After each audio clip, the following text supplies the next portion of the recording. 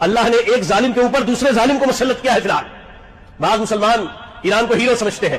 سنیے ایک تجزیہ سناتا ہوں, کسی کو ضرورت ہے تو مجھ سے لے کر کے جائے. جذبات سے کام نہیں چلتا شریعت میں, شریعت دلیل مانگتی ہے, شریعت دلیل مانگتی ہے.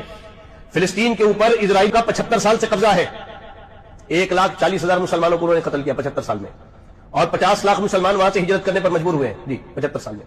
ایران نے 15 سال کے اندر, غور سے سنیں, کسی کو ثبوت چاہیے تو آ کے مجھ سے لے کے جائے, 15 سال کے اندر شام میں, عراق میں, لبنان میں, جی بڑے بڑے اسلامی ممالک کے اندر, حیران ہو جائیں گے, 1.5 کروڑ مسلمانوں کو شہید کیا انہوں نے, سنیوں کو, صرف 15 سال کے اندر 1.5 کروڑ مسلمانوں کو شہید کیا.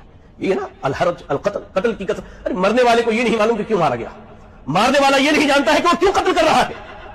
یہ فتنے نہیں تو اور کیا ہے, یہ فتنے نہیں تو اور کیا ہے. اور سنیے, صرف 1.5 کروڑ مسلمانوں کو قتل نہیں کیا ہے, کروڑوں کی تعداد میں مسلمان ان ممالک سے ہجرت کرنے پر مجبور ہو گئے. لوگوں کے اصل کیا ہے, انٹرنیٹ کی بیماری لگی ہوئی ہے.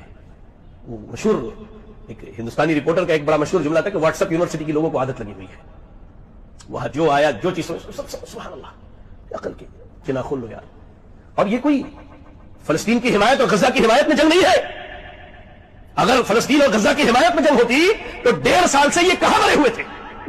آپ کو معلوم ہونا چاہیے, عالمی سیاست کی بات بتا رہا ہوں, آپ کو معلوم ہونا چاہیے کہ یہ جنگ ایران کی اپنی بقا کے لیے ہے.